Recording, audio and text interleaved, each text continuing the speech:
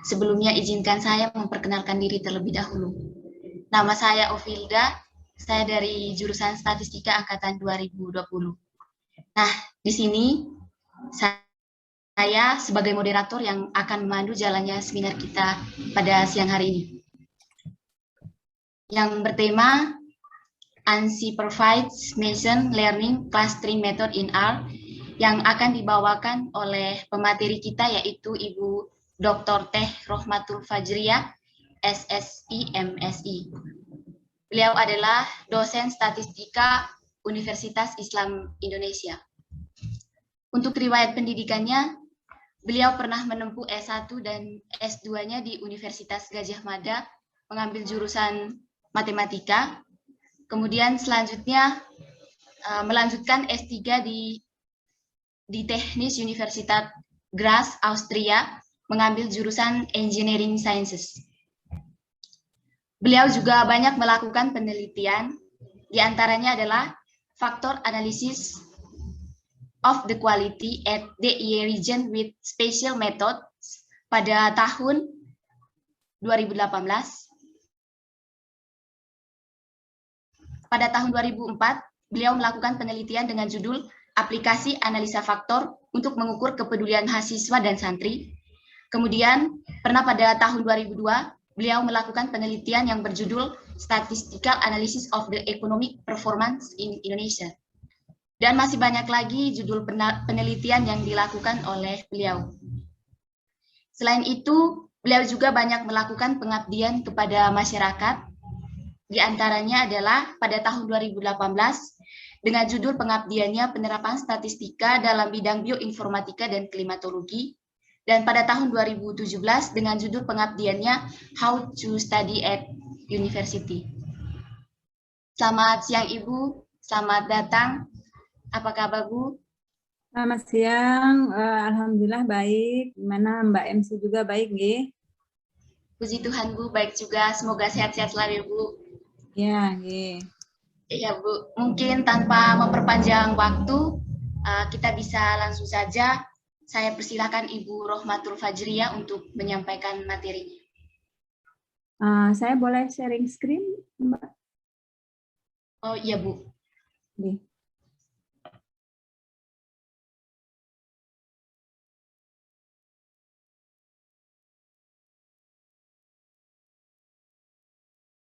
Sudah kelihatan ya materinya?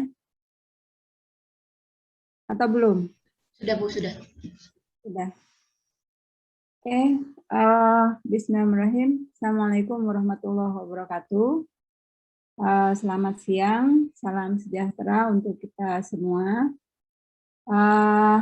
Pertama-tama saya ucapkan terima kasih kepada Ibu Dekan, Ibu Dr. Anda Yuli Pratiwi MSI, yang sudah berkenan menghadiri acara hari ini, tadi membuka nih. Kemudian saya ucapkan terima kasih kepada Ibu Kajur, sahabat saya, Ibu Kris Suryawati SSI MSI. Kemudian Ibu Bapak dosen mungkin yang hari ini berkenan hadir. Saya ucapkan terima kasih juga kepada panitia, MC, dan moderator. Kemudian adik-adik mahasiswa peserta di sini. Bahwa hari ini saya diberi kesempatan untuk menyampaikan, berbagi ya, sharing tentang machine learning terkait dengan R gitu ya, yaitu unsupervised machine learning with clustering method in R. Sebelum saya melanjutkan ke materi, saya juga ingin mengucapkan selamat ulang tahun untuk statistika Akprin ya, semoga semakin tambah jaya gitu. Kemudian harapannya nanti bisa dapat akreditasi A gitu. Amin ya, mudah-mudahan bisa tercapai. Kemudian untuk menyingkat waktu, ini saya langsung ke materi. Kemarin saya dipesankan kebanyakan pesertanya itu adalah angkatan baru gitu ya, jadi mungkin kita belajar dulu tentang apa itu machine learning, karena di sini kan unsupervised machine learning with clustering method in R. Jadi sebetulnya kita harus beranjak dari tentang apa itu machine learning. Menurut pengertian yang saya ambil, gitu ya, ini saya lupa mencantumkan sumbernya. Nanti akan saya perbaiki, gitu, kalau untuk keperluan dokumentasi. Machine learning itu adalah suatu ilmu, gitu ya, atau pengetahuan yang menjadikan komputer itu, gitu ya, bekerja atau melakukan sesuatu tanpa secara langsung terprogram, gitu ya. Misalnya, contohnya adalah kalau di negara kita itu mengendarai mobil itu kan masih manusia ya. Tapi di beberapa negara lain gitu, itu sudah ada yang namanya self-driving cars. Jadi itu sudah diprogram di komputer itu. Kalau misalnya ketemu objek yang seperti ini di jalan, itu artinya adalah misalnya traffic light. Nanti kalau traffic light warnanya hijau berarti maju terus. Kalau dia itu kuning, ya sudah berhenti. Kalau misalnya warnanya merah, berarti betul-betul berhenti, tidak boleh tidak boleh lewat. Terus kalau misalnya ketika jalan ada objek seperti ini, nah kemungkinan itu manusia misalnya ya. Maka nanti si gambar di komputernya itu, di mobilnya itu akan memahami, oh ini adalah manusia, jadi dia harus berhenti, ya berhenti. Kemudian kalau ada objek seperti apa, misalnya tempat pemberhentiannya itu, maka dia juga harus berhenti. Seperti itu. Itu adalah salah satu contohnya. Kemudian misalnya tentang speech recognition. Kadang-kadang kan ada orang yang misalnya, taruhlah maaf ya, orang yang tidak punya kesempatan untuk melihat seperti kita. Mereka itu akan lebih paham, lebih memahami gitu ya, kalau misalnya itu terkait dengan suara, bau, itu lebih sensitif. Gitu ya. Nah, seringkali keadaan manusia itu sama seperti orang yang seperti itu, yang buta gitu ya, maaf. Nah, itu kalau diterjemahkan dengan komputer, maka nanti akan memahami kalau misalnya kita itu di tempat gelap, tidak bisa melihat, kemudian kita kena begar gitu ya, misalnya kita mungkin kalau di Indonesia itu dirampok gitu ya, tapi kan kita tidak bisa melihat. Nah, itu kan kadang-kadang mungkin terdengar suara gitu ya, terdengar suara apakah misalnya berhenti atau apa gitu, atau misalnya kita yang jadi korban itu ditutup matanya, kemudian kita dibawa kemana-mana gitu ya oleh penjahat itu. Nah, kita ingat ada suara ini, suara itu. Nah, suara-suara yang tadi kita dengar kemudian diterjemahkan, disampaikan ke ahlinya, ke ahli machine learning, diterjemahkan, nanti akan ketahuan bahwa kita itu dibawa kemana saja gitu. Dan misalnya kalau saya dianiaya itu pada saat itu saya misalnya mendengar lonceng, atau pada saat itu saya mendengar suara kereta. Nah, kemungkinan berarti Anda dianiaya itu di sini, itu bisa kelihatan dari situ. Kemudian misalnya kita membuka website. Ketika kita membuka website gitu ya, Google taruhlah seperti itu, kita ketik misalnya tentang machine learning. Nah, maka si website engine-nya itu di Google itu akan memberikan informasi ke kita. Oh, kayaknya yang dimaksud dengan machine learning yang saya cari itu adalah ini. Gitu. Kenapa? Berdasarkan history atau sejarah setiap hari, setiap kapan saya itu membuka web terkait dengan machine learning. Kemudian kalau misalnya saya senangnya mencari tentang informasi princess misalnya, Princess Diana, princess siapa gitu. Ketika saya menyebutkan princess, maka nanti akan langsung ada rekomendasi Princess Diana, princess apa gitu. Itu seperti itu. Atau misalnya saya tapi berbeda, misalnya Ibu Kris. Ibu Kris itu ketika mencari yang terkait dengan princess, mungkin princessnya itu adalah terkait dengan Princess Elsa misalnya ya. Jadi nanti yang akan keluar itu bukan Princess Diana. Kalau saya kan Princess Diana tentang kerajaan Inggris ya. Kalau Bu Kris itu misalnya Princess Elsa itu terkait dengan movie. Nanti yang keluar itu adalah princess yang isinya temanya adalah movie. Jadi jangan heran kalau misalnya mahasiswa diminta mencari oleh ibu dosennya, tolong dicarikan misalnya pattern recognition. Nah, ketika menuliskan pattern, saran dari si web search engine Google itu akan berbeda tampilannya antara ibu bapak dosen dengan mahasiswanya. Karena mahasiswanya mungkin senang mencari pattern itu pattern apa. Kalau dosennya udah jelas itu pattern recognition, misalnya seperti itu. Itu ya. Kemudian yang paling sangat terbaru gitu ya dalam machine learning itu gitu ya. Nanti terkait dengan AI sih, tapi ini belum terkait dengan AI. Itu adalah pemahaman kita tentang human genome. Jadi human genome itu baru dipahami atau diselesaikan proyeknya itu pada tahun 2001. Secara resmi ditutup itu tahun 2003 oleh Presiden Obama. Sedangkan mulainya proyek itu adalah sejak tahun 1990-an. Bisa dibayangkan berapa lamanya seperti itu ya. Tapi sekarang yang pada saat itu untuk men-sequence human genome itu bisa sampai 40 sampai 100 juta gitu ya. Nah, sekarang dengan adanya teknologi machine learning itu yang memahami pattern genom setiap orang, kalau setiap orang gampang ya, mungkinnya bisa ketahuan. Tapi kalau pattern itu kan harus bersama-sama. Misalnya orang Indonesia pattern genom itu seperti ini, orang Cina, orang Arab itu seperti ini. Itu sampai sekarang belum selesai. Tapi beberapa sudah diidentifikasi gitu ya. Nah, itu adalah dengan machine learning tadi, dengan teknik-teknik machine learning tadi. Yang tadi harganya 40 sampai 100 juta, kalau sekarang itu bisa 8 juta. 8 juta itu udah sequencing genome the whole genome manusia gitu. Jadi itu adalah salah satu terobosan terkait dengan machine learning dan kita memahami betapa sebetulnya machine itu sangat bermanfaat. Nanti saya berikan contohnya yang lain. Ya. Kalau kita sudah memahami machine learning ini gitu ya, maka kita akan bisa membuat smart robot. Jadi kita tidak lagi mempergunakan orang lain untuk misalnya ya, kalau dalam yang kecil aja. Kalau lihat-lihat di film-film misalnya Korea atau Jepang, itu kan suka ada robot pembersih ruangan ya, yang jalan sendiri, yang diprogram mungkin setiap jam 6 pagi itu sudah beres-beres misalnya gitu. Itu baru lantai aja gitu. Sedangkan kalau di Jepang, kalau dilihat-lihat itu sudah ada, nggak cuma di Jepang, tapi kebanyakan ininya di Jepang sih ya.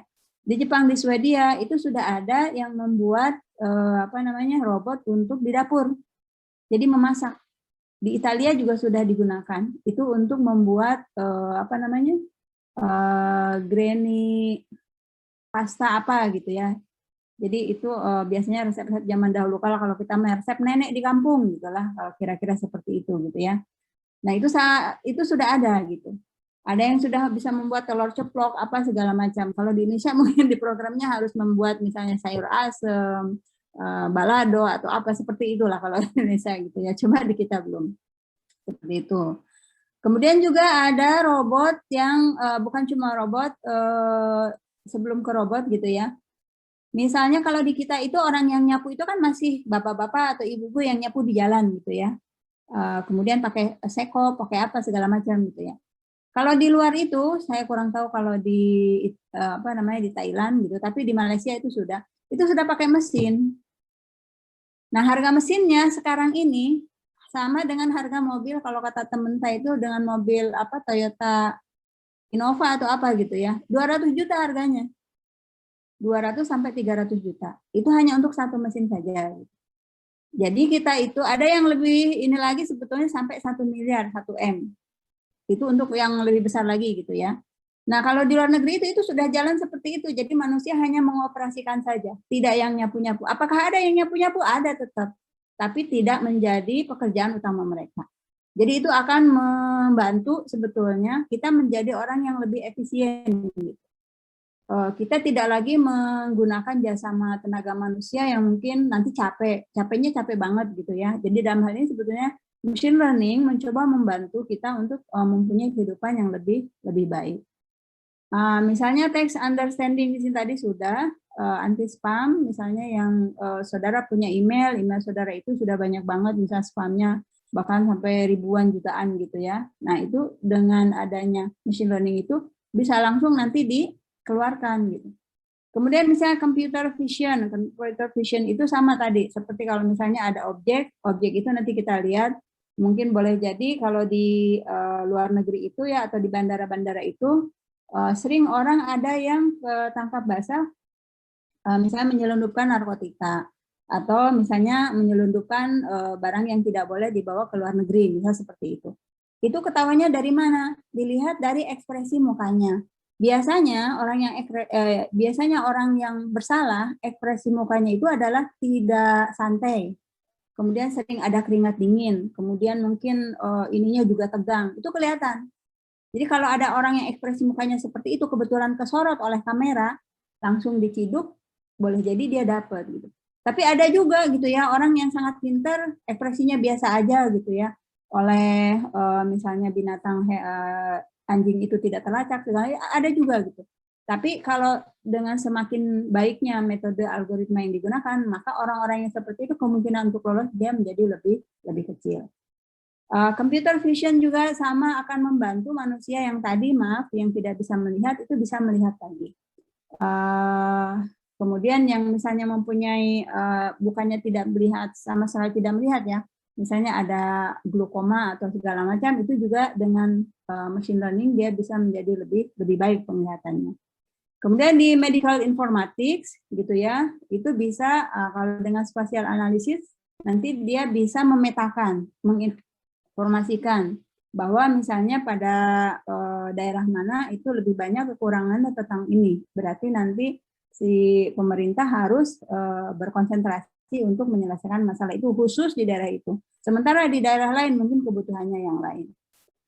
Sini ada audio processing untuk klasifikasi, kemudian ada database mining, gitu ya. Nah, secara umum tipe machine learning ini ada dua secara umum ya, atau disebut klasik karena ada yang menyebutkan tidak seperti ini dan itu tidak disebutkan sebagai klasik. Pertama adalah supervised, kemudian yang kedua adalah unsupervised. Nah, kalau yang supervised itu contohnya itu adalah support vector machine, neural network gitu ya, contohnya seperti itu. Jadi lebih banyak ke klasifikasi. Kemudian kalau unsupervised, contohnya adalah di sini clustering, dimensionality reduction, kemudian ada deep learning juga gitu ya. Nah, kalau secara gambar saya ambil dari satu sumber, itu gambarnya adalah seperti ini, gitu ya. Jadi di sini machine learning disebutnya classical, nanti ada contohnya di bawah. Supervised itu adalah klasifikasi, regresi gitu ya. Di sini data is pre-categorized or numerical, jadi sudah ada kategorinya datanya itu. Nah kalau unsupervised tidak ada kategorinya, namanya juga unsupervised, gitu ya. Nah contohnya adalah clustering, dimension reduction, kemudian sama association. Association itu biasanya kalau di data mining ada namanya association rule, jadi rules itu seperti itu ya. Ini adalah gambaran lain gitu tentang classical machine learning. Kalau Anda lihat di sini ada supervised learning, di sini ada unsupervised yang kalau dimension reduction itu metodenya adalah PCA, kemudian single value decomposition, kemudian ada LDA itu linear discrimination ya kalau nggak salah. Ya. Kemudian kalau dia itu unsupervised-nya itu adalah clustering, ini ada namanya K-mean, GMN, DB-scan gitu ya. Kemudian ada hierarchical. Nah, ini ada masing-masing sendiri-sendiri ininya apa? Keadaan atau situasinya gitu. Untuk yang supervised learning, di sini ya, kalau dia itu klasifikasi, maka metodenya adalah ini. Pasti sudah belajar di statistik ya beberapa. Kalau yang masih baru mungkin belum belajar. Kemudian kalau dia itu jatuhnya supervised-nya itu ada ke regression, nah ini ada namanya neural network, gradient boosting tree, random forest, linear regresi biasa, kemudian ada decision tree di sini. Ya. Nah, metode-metode yang berwarna hijau ini gitu ya, itu adalah metode yang sebaiknya Anda kuasai. Kalau misalnya belum diberi oleh ibu bapak di bangku kuliah, karena kan bangku kuliah itu terbatas hanya 144 SKS ya, maksimal 145 mungkin ya. Sedangkan metode itu sekarang sudah banyak banget gitu. Jadi Anda sebagai mahasiswa itu harus rajin belajar sendiri. Saya juga tidak diajari yang seperti ini. Saya belajar sendiri gitu ya. Kenapa? Ya saya sebagai dosen harus meningkatkan kemampuan saya ya. Apakah saya meningkatnya itu cuma satu tidak apa-apa, tidak masalah gitu ya. Ada orang yang meningkatnya itu dari 1 sampai 10 langsung loncat. Karena memang dia diberi kemampuan untuk belajar dengan lebih baik. Tetapi kalau kita bisanya cuma satu-satu, ya itu aja yang kita jalani. Jadi jangan patah semangat, gitu ya. Nah, Anda harus percaya pada ibu bapak, gitu Pak, bahwa metode-metode ini sangat bermanfaat. Jadi kalau tidak diajarkan di kelas, belajar sendiri. Karena sekarang sudah zamannya internet, ada Medium, ada data science, ada Kaggle, ada apa segala macam ada. Malahan ada kelas-kelas internasional yang sangat bagus. Misalnya Coursera, edX. Anda bisa gratis asal ikut di situ dan bisa bahasa Inggris. Gitu ya. Kalau Anda bisanya bahasa Jerman, ada kelas berbahasa Jerman. Kalau bisanya bahasa Spanyol, ada kelas berbahasa Spanyol. Tapi kebanyakan memang itu berbahasa Inggris. Jadi Anda harus bisa berbahasa Inggris gitu ya. Tidak menjadi fluent gitu ya, tidak menjadi sangat bagus ahli gitu ya. Yang penting Anda memahami grammarnya, Anda memahami apa yang disampaikan di tulisan. Kalau Anda misalnya communication, Anda memahami apa yang disampaikan orang dan orang memahami apa yang disampaikan oleh kita, itu sudah pas, gitu ya. Yang penting Anda harus mau meningkatkan diri dan bahasa Inggris adalah syarat utama. Syarat nolnya apa Bu? Syarat utama kan nomor 1 ya. Syarat nol apa? Kemauan. Yang penting ada kemauan. Anda mau kuliah di tempat jelek, Anda mau kuliah di tempat bagus, kalau Anda kemauannya kurang, ya tetap aja nggak ada jadi apa-apanya. Tapi Anda misalnya orang daerah, punya kemauan yang sangat tinggi untuk maju, ya Anda bisa menjadi maju. Sementara orang yang dari kota, sebegitu banyak fasilitas di kota itu ya, dari mulai perpustakaan gratis, wifi gratis, tapi dia nggak mau belajar, ya dia nggak bakalan bisa maju. Tapi Anda yang misalnya dari kampung, nggak ada wifi mungkin dulunya, kalau sekarang mungkin sudah semua ya, tidak ada wifi, listrik juga tidak ada gitu ya. Tapi Anda mau maju, Anda belajar, baca segala macam. Setiap kali ada orang bawa buku, pasti Anda baca gitu ya. Nah itu berarti Anda punya keinginan yang sangat bagus gitu ya. Nah yang ini sebetulnya merupakan pengejawantannya sama dengan yang ini. Cuma kalau yang ini menurut saya agak lebih sederhana ya. Jadi ini saya lihatkan untuk sebagai alternatif bagi Anda gitu ya. Di sini ada categorical variable, kalau tadi tidak kelihatan banget. Kemudian di sini ada yes dan no juga gitu ya. Jadi kalau misalnya gini, apakah variabel Anda itu kategorik? Yes. Kalau kategorik berarti k-mods. Apakah variabel? No, berarti ke probabilitas. Ke probabilitas itu apakah dia merupakan Gauss itu? Yes, ya sudah ke sini. Kalau dia misalnya tidak, berarti langsung dia ke K-min. Dan jadi ini adalah pilihan-pilihan yang Anda bisa baca langsung. Atau misalnya, oh yang tadi bukan latent discrimination, tapi latent derived analysis ya, maaf. Misalnya gini, Anda mau melakukan dimension reduction? Yes. Apakah itu berarti ke topik modeling? Apakah itu merupakan topik modeling? Kalau misalnya masih yes, oh berarti probabilistik. Kalau tidak, oh berarti Anda langsung ke principal komponen. Jadi ini adalah hal-hal yang bisa Anda pilih sebelum Anda melakukan analisis metode apa yang mau saya pakai. Gitu. Di sini ada linear SVM, naive Bayes, itu berbeda banget kalau Anda menggunakan principal komponen kan. Seperti itu. Jadi ini adalah peta yang bisa Anda baca, apakah Anda mau ke kiri atau mau ke kanan. Setelah ke kiri ke kanan itu mau ke kiri lagi atau mau ke kanan, mau ke depan ke belakang, itu bisa dibaca di sini gitu ya. Tuh. Oke. Kalau kita berbicara tentang machine learning, itu tidak akan lepas nanti kaitannya dengan artificial intelligence, kemudian ada neural network gitu ya. Kemudian ada deep learning, ada reinforced learning, segala macam learning gitu ya. Nah, itu sebetulnya ruang lingkupnya yang paling tinggi itu adalah artificial intelligence. Kemudian nanti dalam artificial intelligence itu ada machine learning, kemudian dalam machine learning itu ada deep learning, dalam deep learning itu ada artificial neural network. Jadi kalau dirunut-runut gitu ya, kalau Anda sudah belajar artificial neural network, Saya sampai sekarang juga masih belajar ya, karena dulu saya waktu S1 maupun S2 saya nggak pernah dapat yang kayak gini gitu. Sementara sekarang boomingnya zamannya kayak gini. Mahasiswa saya tugas akhirnya maunya yang seperti ini. Jadi mau tidak mau saya juga harus belajar meningkatkan diri, gitu ya. Nah, enaknya dosen itu, gitu ya, karena dia sudah pernah belajar sesuatu, tahu pengalaman bagaimana cara belajar yang efektif. Jadi dia bisa tahu bagaimana cara belajar supaya lebih cepat memahami gitu ya. Kemudian kalau tidak paham-paham juga kenapa enggak gitu ya. Kemudian karena banyak teman-temannya bisa nanya ke temannya juga, tolong dong diterangkan gini-gini misalnya seperti itu. Itu adalah keuntungan sebagai dosen. Tapi dosen punya kekurangan. Kekurangannya apa? Waktu. Kebanyakan ibu bapak dosen itu disibukkan dengan pekerjaan administrasi. Udah jelas gitu ya. Kemudian harus menyiapkan bahan mengajar. Kemudian kalau yang sudah berkeluarga, punya anak, punya suami, punya istri. Ada mertua, ada ipar gitu ya. Jadi itu halangannya di situ. Kekurangannya di situ. Kelebihannya tadi sudah saya sampaikan. Nah, Anda sebagai mahasiswa, kelebihannya adalah Anda tidak punya beban apa-apa. Tugas Anda adalah belajar. Yang nyari uang adalah orang tua. Jadi gunakan waktu itu untuk belajar. Kalau Anda lebih pintar dari dosen Anda, tidak masalah.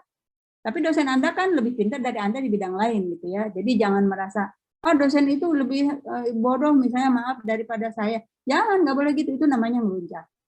Ya, jadi Anda tetap belajar dan bekerja sama dengan ibu bapak dosennya.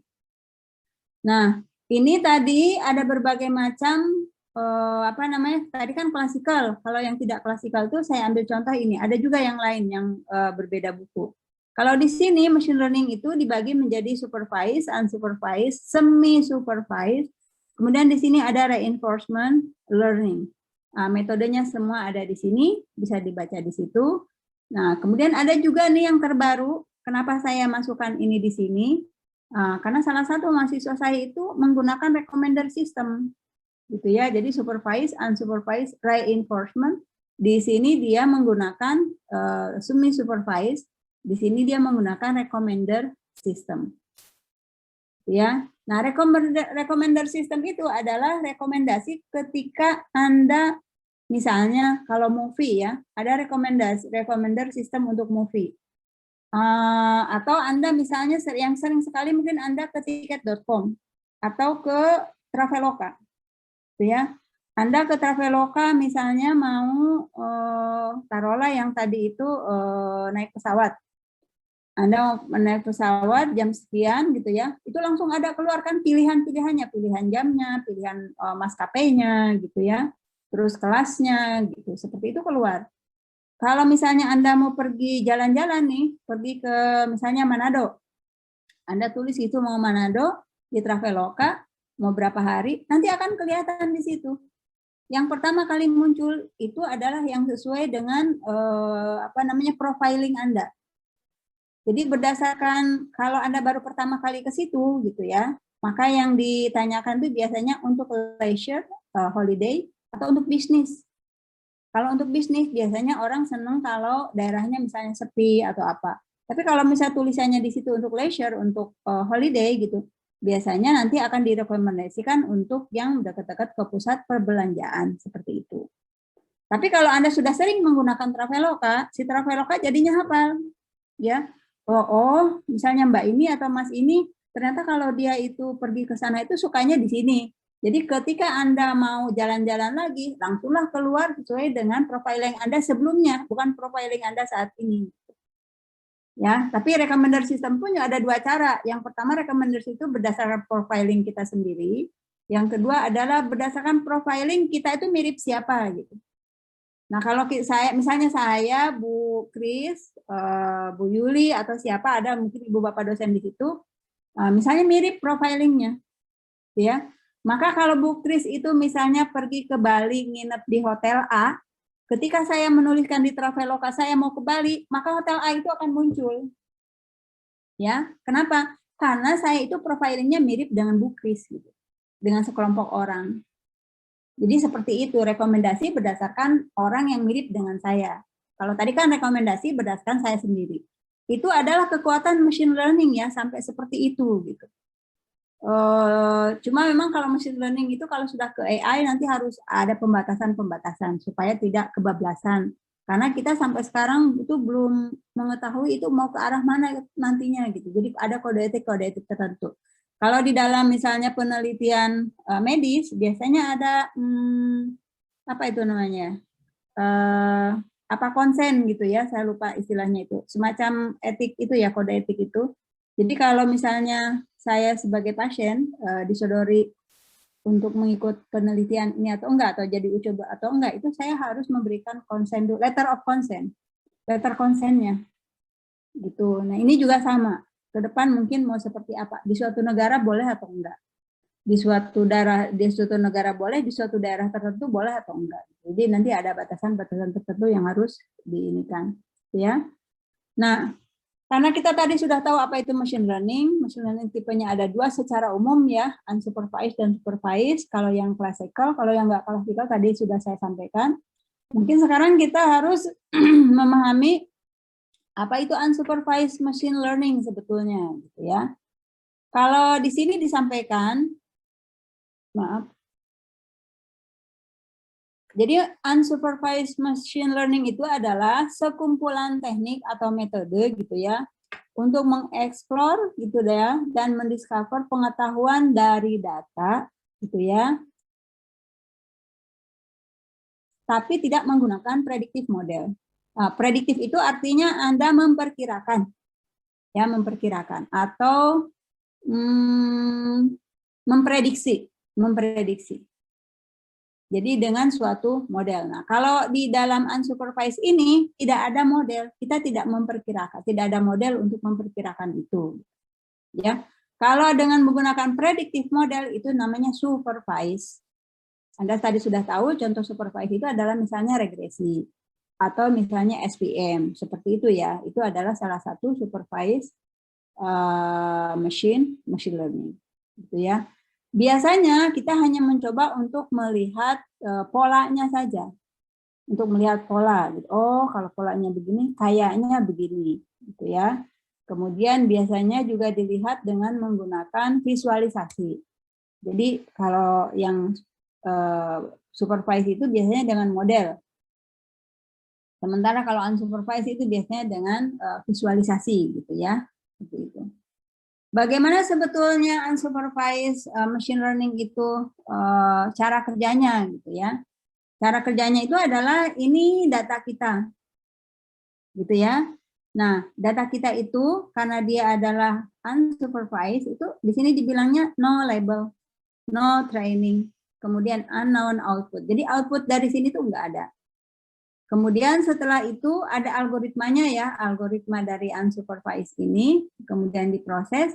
Nah, dari sini itu tadi kan seperti saya sampaikan itu melihat pola ya, pattern. Nah, ini bisa kelihatan yang merah dengan yang merah lagi, kurang lebih gambarannya seperti itu, yang biru dengan yang biru, yang hijau menjadi hijau. Jadi dia menjadi satu kelompok. Kelompok merah, kelompok biru, dan kelompok hijau. Seperti itu gitu ya. Kemudian algoritma dari unsupervised itu gitu ya, dalam hal ini adalah untuk yang clustering itu ada banyak ya, hierarki clustering, ada K-means, ada GMM, ada SOM gitu ya, ada hidden Markov model gitu ya. Itu adalah berbagai algoritmanya. Kemudian kalau misalnya tadi kan hanya clustering, kalau sekarang ada association ya, tadi yang association rule itu gitu. Ini gunanya untuk apa? Ini gunanya untuk apa? Ini bisa dibaca di sini gitu ya. Kalau association biasanya kalau Anda misalnya seringnya dengan market based analysis ya. Orang yang membeli kalau di luar negeri seringnya seperti itu. Kalau di Indonesia mungkin orang yang membeli pete, yang membeli pete biasanya beli ikan asin, misalnya kurang lebih seperti itu. Tapi kalau di luar negeri, orang yang membeli bapak-bapak yang membeli popok gitu ya, biasanya nanti akan membeli bir, seperti itu. Jadi kultur masing-masing gitu ya, beda-beda, tapi kurang lebih sama. Ini kalau secara komputer gitu ya, kurang lebih diterjemahkannya itu seperti ini di dalam komputernya itu nanti kalau dia biner gitu ya. Patternnya berarti yang bola baseball, bola ini, bola itu. Jadi dia ada sendiri-sendiri gitu. Nah, berkaitan dengan unsupervised learning yang tadi kan ada dua, ada clustering dengan association gitu ya. Dalam hal ini kita akan belajar tentang clustering. Clustering itu ada berbagai macam tipe jenisnya. Berdasarkan partitioning based clustering, ada yang hierarchical, tadi sudah beberapa di ini. Ada model based clustering dan seterusnya. Contoh dari partitioning based clustering itu adalah K-means yang nanti akan kita bahas di sini gitu ya. Contoh dari clustering itu penggunaannya salah satunya adalah misalnya mengidentifikasi sel kanker, itu clustering. Jadi kalau ada, biasanya sel kanker itu kan dari darah ya. Kalau dulu mengambil mengambil sampel ya, sampel dari sel, mengambil sampel penderita kanker itu adalah diambil jaringannya dahulu kala. Tapi mungkin sekarang juga sampai sekarang masih ada beberapa yang begitu ya. Kalau sekarang itu ternyata menurut penelitian, menurut perkembangan riset terbaru gitu ya, itu cukup dengan menggunakan darahnya saja. Jadi darahnya diambil gitu ya, darah orang yang punya penyakit kanker dan yang normal itu diambil gitu. Kalau misalnya yang saya penyakit kanker kulit misalnya gitu ya, berarti kulit saya kan yang ini ya, yang bermasalah gitu ya. Tapi kalau misalnya rambut saya gitulah tidak ada kankernya, itu juga bisa jadi antara yang normal dengan yang tidak. Atau memang benar-benar saya misalnya sehat, alhamdulillah gitu ya, sehat. Saya tidak berpenyakit kanker, kemudian ada orang berpenyakit kanker, nah itu diambil darahnya saja.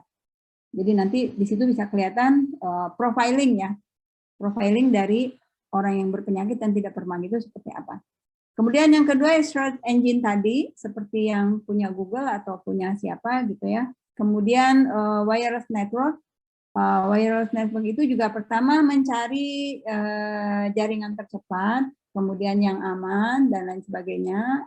Kemudian yang tidak memakan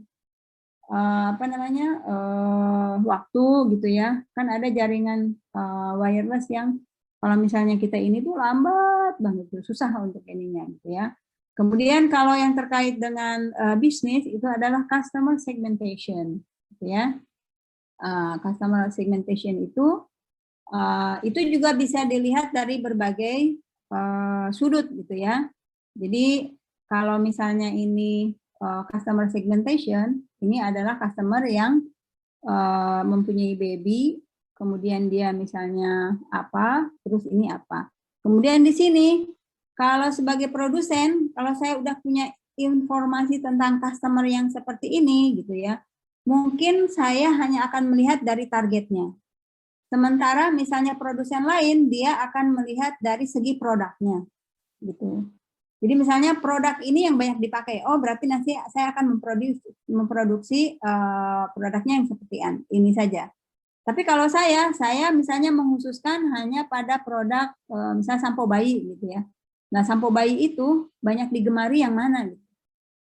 Berarti saya hanya khusus pada sampo bayi. Kalau yang tadi kan terserah mau sampo bayi atau sampo misalnya orang dewasa atau misalnya makanan, minuman gitu ya. Itu dia akan terus seperti itu. Jadi clustering itu akan bermanfaat bagi para pengambil keputusan. Para pengambil keputusan itu kalau kasusnya atau datanya adalah di medis ya berarti dokter dan para medis di situ ya, petugas medis. Kalau di misalnya di pendidikan berarti terkait dengan mahasiswanya. Mahasiswa Akprin misalnya mungkin Bu Kris sudah melakukan penelitian profilingnya itu seperti apa. Ya, yang pertama mungkin misalnya variabelnya adalah jenis kelamin, kemudian asal daerahnya dari mana, kemudian misalnya profiling keluarganya gitu ya, kemudian dilihat dari IPK-nya, misalnya kemudian dari aktif tidaknya di kegiatan kampus, kemudian berapa lama belajarnya, dilihat dari seberapa sering misalnya ke perpustakaan, seberapa sering, kalau tidak sering ke perpustakaan, misalnya seberapa sering ke lab, di lab misalnya banyak akses internet gitu ya. Dan lain sebagainya itu nanti di profiling. Nah, kalau lulus, misal lulusnya berapa tahun, IPK-nya berapa gitu ya. Kalau misalnya mau lihat mengulangnya berapa kali, seperti itu ya. Nah, data-data seperti itu dikumpulkan, kalau dari tahun ke tahun, itu sudah menjadi big data kan. Nah, ketika big data nanti oleh Bu Kris dianalisis adalah klaster. Oh, misalnya ternyata untuk angkatan berapa itu begini. Kalau untuk yang perempuan di Akprin itu misalnya seperti ini gitu ya. Itu kalau berdasarkan gender atau jenis kelaminnya. Nah, nanti apa itu ininya apa masukannya, menjadi kebijakan apa yang bisa diambil kalau misalnya untuk admisi mahasiswa baru. Nah, kalau misalnya nanti untuk admisi mahasiswa baru di Akprin itu ternyata kebanyakan perempuan berasal dari luar Jawa, berarti untuk tahun depan kalau misalnya mau ada advertising tentang Akprin itu dana yang untuk keluar Jawa itu harus diperbesar, dan yang diterima itu harus kebanyakan laki-laki, seperti itu. Gitu ya, jadi kurang lebih seperti itu. Sebentar ada chatting, barangkali ada yang mau ditanyakan. Oh, tidak. Oke. Kalau ada yang mau tanyakan boleh ya ditulis di situ, gitu ya. Nah, di dalam clustering ini ada beberapa aspek yang harus dipahami, gitu ya. Ketika Anda mempunyai data, yang pertama Anda harus lihat adalah Anda harus bisa memahami datanya itu bisa ada klasternya enggak sih kira-kira gitu kan. Jangan-jangan nanti ketika kita mau klaster sebetulnya enggak bisa di klaster datanya itu. Nah, ini yang disebut dengan assessing clustering tendency. Jadi kita ingin melihat data kita memang bisa diklaster atau tidak. Itu caranya dengan menggunakan assessing clustering tendency. Kemudian yang kedua itu kita harus bisa menentukan banyaknya klaster yang optimum. Sampai sekarang pun itu masih belum ada suatu metode untuk menentukan berapa sih klaster yang optimum itu gitu ya. Jadi orang masih berlomba-lomba untuk mencari metode terbaik atau algoritma terbaik. Kalau Anda mau membuat suatu algoritma baru untuk menentukan optimal number cluster, itu sangat baik sekali, gitu ya. Kemudian yang ketiga itu harus ada clustering validation. Jadi cluster yang sudah Anda buat tadi, karena belum ada kesepakatan cluster optimal itu tadi, itu ada yang harus divalidasi. Betul nggak sih bahwa cluster yang terbentuk itu misalnya 2? Jangan-jangan harusnya 3, gitu ya, seperti itu.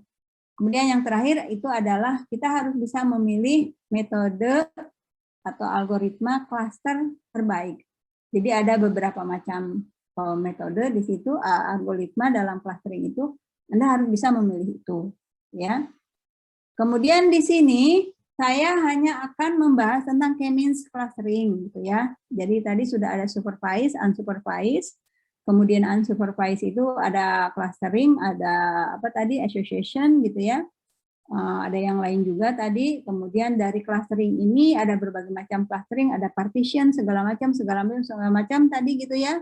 Nah, di dalam situ salah satu dari partisi itu contohnya adalah k-means. Nah, inilah yang mau kita bahas hari ini. K-means itu bagian dari partitioning gitu ya. Jadi dia itu dibagi ke dalam beberapa grup. Nah, grup itu disebut dengan K di sini. Nah, objek-objek yang mempunyai similaritas besar gitu ya, maka dia akan masuk ke dalam satu klaster. Antara satu klaster dengan klaster yang lain itu ada perbedaan yang sangat tinggi. Jadi kalau hanya dalam satu klaster, similaritasnya besar. Tetapi kalau beda klaster, bisa ada klaster 2, 3, itu maka jadinya disimilaritas. Disimilaritas itu perbedaan atau ketidaksamaannya, gitu ya.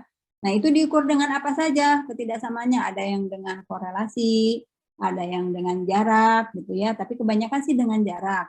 Nah, jarak yang sering digunakan itu adalah jarak Euclidean.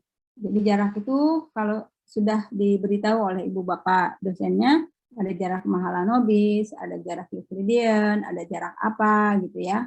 Nah, di sini pakainya kebanyakan jarak Euclidean. Tuh.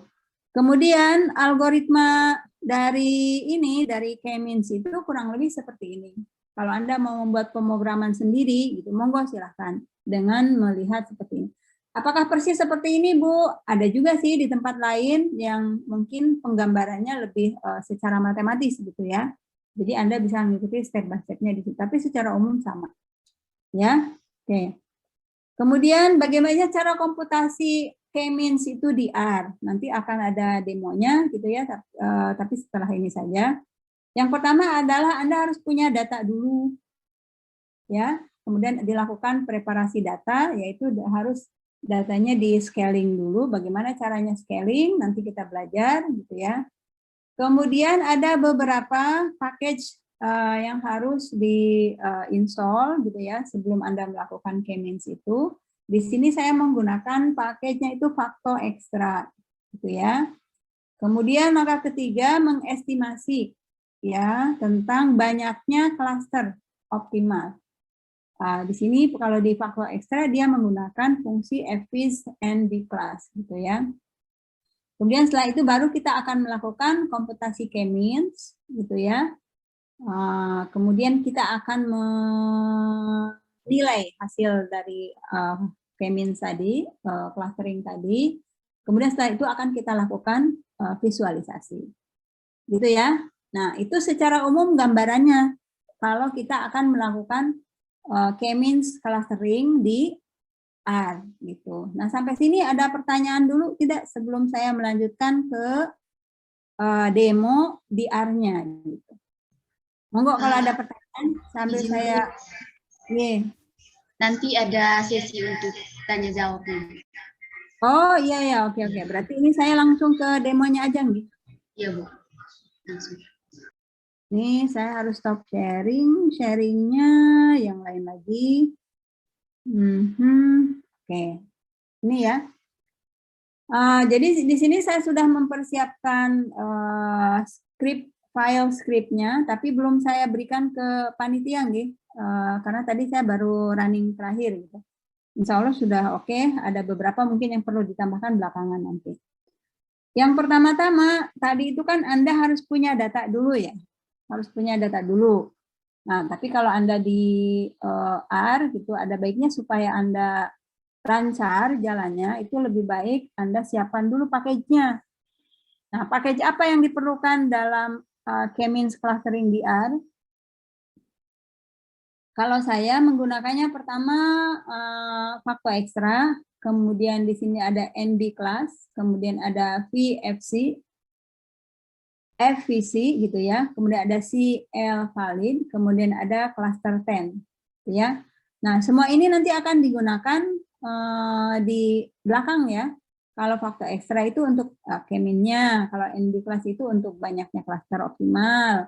Kalau FVC itu untuk menilai, kemudian validitas ini yang tadi kita ada metode beberapa algoritma gitu kan. Nah, itu kita mau pakai yang mana? Ini pakai CL valid itu.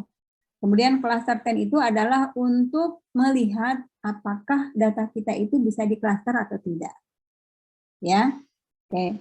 Nah, sekarang pertama-tama ini saya menggunakan data yang ada di dalam R gitu ya. Kalau nanti mau menggunakan data yang beda, nanti saya kasih di skripnya datanya beda gitu ya. Ada sih data kesehatan, tapi ini saya tidak menggunakan data yang itu ya. Ini adalah data saya. Kebetulan datanya itu sudah ada di R sini, jadi saya tinggal memanggil. Nah, kalau misalnya data Anda ada di folder komputer, berarti Anda harus belajar bagaimana caranya mengakses data yang ada di folder itu agar bisa tampil di konsol R ini. Nah, kalau sudah belajar, alhamdulillah, tapi kalau belum berarti harus belajar, gitu kan. Kemudian setelah itu, langkah kedua adalah kita harus men-scaling data kita. Gunanya kita men-scaling data kita itu adalah agar data kita itu homogen gitu ya. Biasanya kadang suka ada data yang jaraknya sangat jauh. Misalnya ada variabel usia, kemudian ada variabel pendapatan. Ya, nah variabel usia itu kan paling tinggi usia manusia mungkin 150 barangkali ya, mudah-mudahan. Berarti nilainya hanya 0 sampai 150 atau 1 sampai 150 lah gitu ya. Kita tidak menghitung bulanannya, tapi langsung tahun aja, 1 tahun dan seterusnya. Nah, kemudian untuk yang namanya variabel pendapatan, salary atau gaji, itu biasanya kan kalau seperti Bill Gates itu mungkin atau orang kaya di Indonesia siapa contohnya? Misalnya Abu Rizal Bakri gitu ya. Mungkin sebulan itu bisa sampai triliunan mungkin gajinya ya, saya kurang tahu juga. Atau miliaran lah, misalnya miliaran. Sebulan itu miliaran. Jadi antara 150 tahun usia tadi, gitu ya, dibandingkan dengan taruhlah 3 miliar aja atau 1 miliar aja. 1 miliar, 150 itu kan hanya 3 digit ya, 150. Sementara kalau 1 miliar berapa coba digitnya? 9 kan ya. Jadi itu adalah perbedaan yang sangat tinggi gitu. Nah, oleh sebab itu kalau seperti itu yang terjadi, maka nanti akan ada ketimpangan ketika kita akan melakukan clustering ini. Oleh sebab itu di scaling tadi supaya dia itu rentangnya ada pada tempat yang sama. Nah, scaling ini bisa dihindari, bisa juga misalnya dengan melakukan transformasi logaritma terhadap variabel gaji. Itu bisa seperti itu. Kemudian yang kedua, bisa juga dengan menggunakan ini, apa namanya itu? Misalnya kalau tadi 1 miliar itu kan menjadi nolnya 9. Nah, kita buat kalau 1 miliar itu misalnya 10 gitu. Jadi kalau saya punya uang 2 miliar, itu 20. Atau 1 miliar itu setara dengan 100. Bisa juga seperti itu. Jadi kalau saya gajinya misalnya 700 juta, gitu ya. Kalau tadi misalnya 1 miliar itu 100, kalau 700 juta itu berarti cuma 70. Kurang lebih seperti itu. Jadi nanti skalanya hampir mirip dengan yang usia. Atau kadang-kadang misalnya yang berbeda itu adalah juga hitungan-hitungan di dalam medis ya, hitungan dalam medis misalnya 50 gram per berapa kilogram gitulah, atau 50 mili per berapa, itu kan ada hitungannya sendiri gitu ya. Nah itu juga bisa menghasilkan angka yang sangat kecil yang mungkin nilainya nanti 0,000 berapa gitu. Ya, jadi hal-hal yang seperti itu harus dihindari. Kemudian yang ketiga, ini saya scaling dulu ya. Nah, kalau kita ingin lihat hasil scalingnya itu seperti apa, nah kurang lebih seperti itu. Kalau kita ingin melihat misalnya data yang bukan scaling gitu ya, PDF gitu, mari kita lihat dulu barangkali. Oh, tapi ini udah di ini ya. Oh, sorry, saya salah tuh kan. The head US arrest. Nah, ini adalah data yang belum di scaling ya, US. Ini harus ditaruh di atas karena ini adalah data pertama. Jadi sebelum di scaling. Nah, Anda bisa dilihat bahwa sebelum di scaling ini Alabama dengan murder itu nilainya 13,2. 13,2 apa nanti ada penjelasannya tentang data ini ya. Kemudian assault itu di Alabama ada sebanyak 236 kejadian. Tapi setelah di scaling itu jatuhnya nilainya adalah 0,78. Kemudian urban population 58 ini mungkin 58.000 atau 5,8 juta gitu ya. Kemudian rape itu mungkin kasus pemerkosaan di daerah situ kira-kira sebanyak itu. Tapi sudah di scaling bisa Anda lihat ini datanya seperti ini. Rumus scaling gimana Bu? Biasanya sih X min mu dibagi dengan sigma biasanya, tapi tergantung ada scaling macam-macam gitu ya. Nah ini saya kurang begitu paham rumus yang dipakai di sini itu apa. Tapi nanti bisa dilihat. Kemudian setelah itu kita harus mengestimasi banyaknya klaster kan? Mengestimasi banyaknya klaster. Ini kenapa ini? Oh, apa coba yang salah? Saya belum memanggil fungsinya atau package-nya. Jadi harus saya panggil dulu. Maaf tadi harusnya saya panggil dulu, lupa ya. Ini saya udah install, jadi saya nggak perlu install lagi. Kalau misalnya Anda belum install, itu harus diinstall dulu ya sebelum dipanggil package-nya. Oke, nah sekarang kita ke yang tadi kurang ini. Insya Allah kalau ini sudah berhasil, karena package-nya itu sudah kita panggil. Nah ini dia. Nah berdasarkan NB class itu kita peroleh ternyata optimal clusternya itu adalah 4. Ingat ya, kalau K-means itu Anda harus memberikan nilai awal cluster dulu. Nah memberikan nilai awal cluster itu salah satunya bisa dengan menggunakan ini. Bagaimana Bu hasil akhir klasternya? Apakah juga tetap 4? Nanti kita lihat apakah memang tetap 4 atau berubah jadi 3 atau jadi 5 atau jadi 2. Mungkin 1 enggak? Mungkin ya, mungkin aja 1. Kenapa? Kalau tadi itu loh tendensinya ternyata dia tidak bisa diklaster datanya.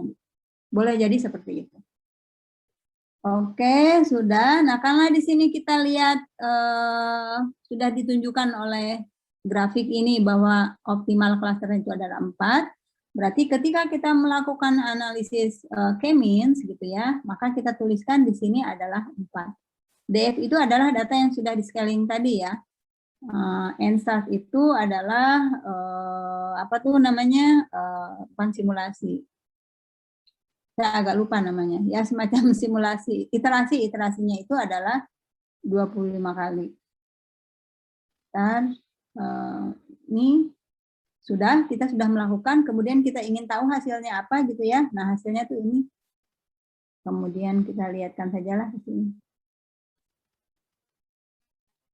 Ya. Jadi klasternya itu ada 4. Ini untuk means itu, means cluster untuk murder, untuk klaster pertama adalah min 0, ini.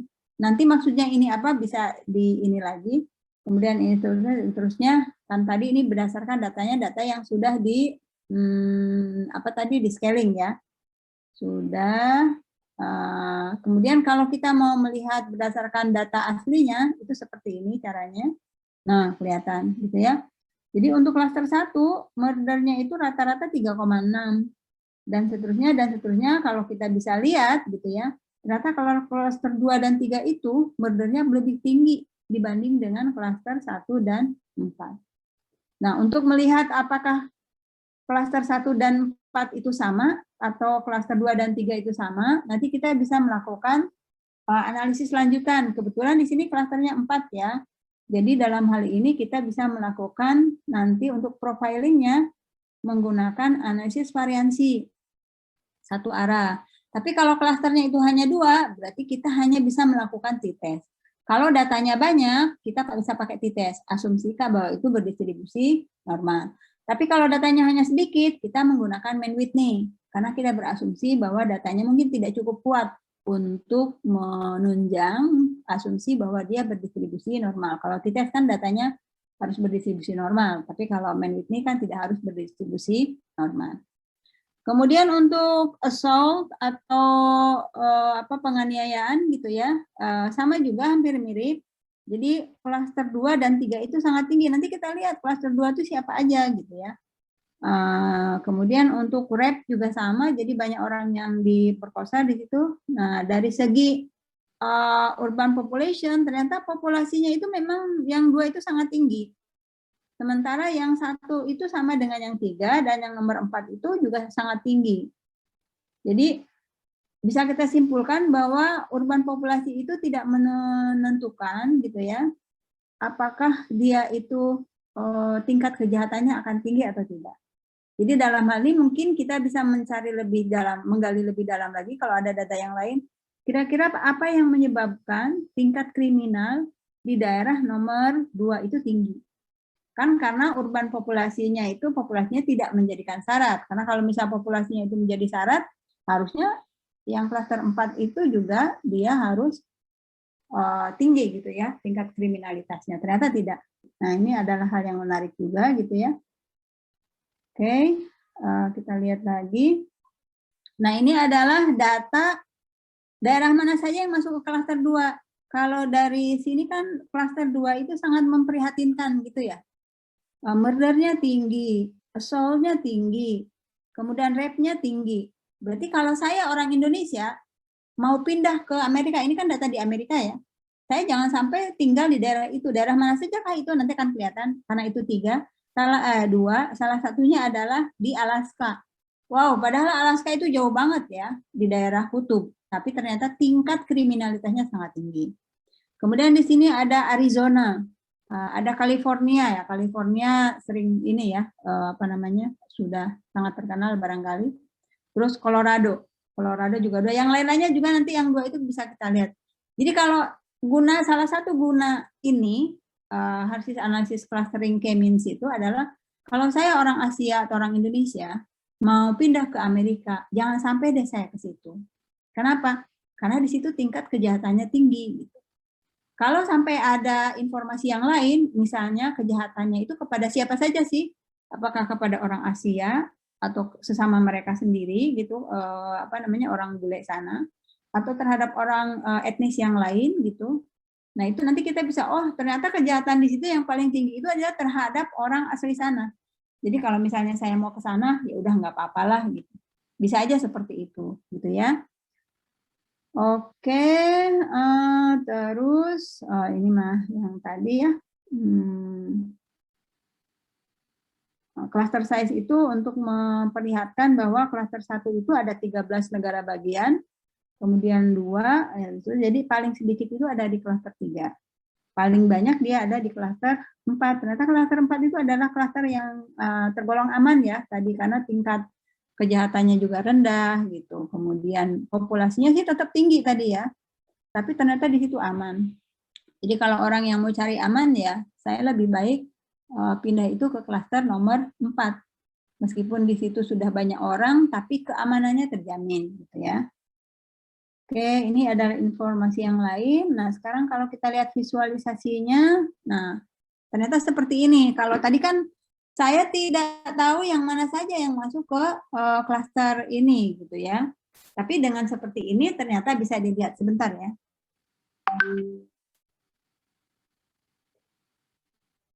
Oke, kucing saya mau keluar. Innalillahi wa inna ilaihi raji'un. Sebentar ya.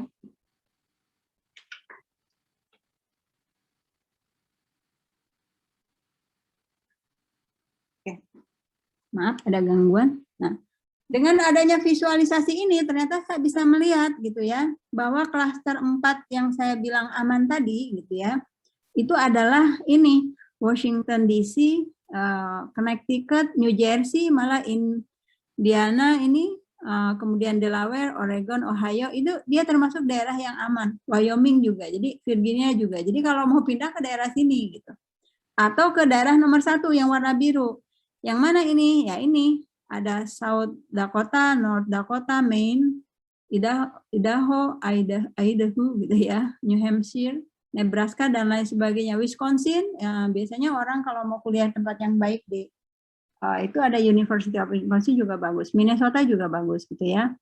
Nah, yang perlu dihindari itu kalau nggak nomor 2, nomor 3. Nomor 2, nomor 3 itu maksudnya klasternya. Nah, nomor 2, nomor 3 itu ini tadi South Carolina, Alaska, Alabama, Arkansas, Mississippi, kemudian Meksiko gitu ya, Florida, Nevada dan lain sebagainya. Ini harus dihindari.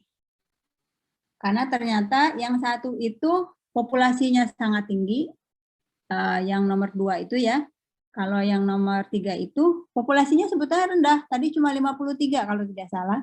Tapi ternyata tingkat kejahatan baik penganiayaan, assault gitu ya, kemudian pemerkosaan, kemudian murder itu juga sangat tinggi. Gitu. Jadi itu semacam informasi gitu ya bagi kita. Oke, kemudian validasi. Sekarang kita lihat.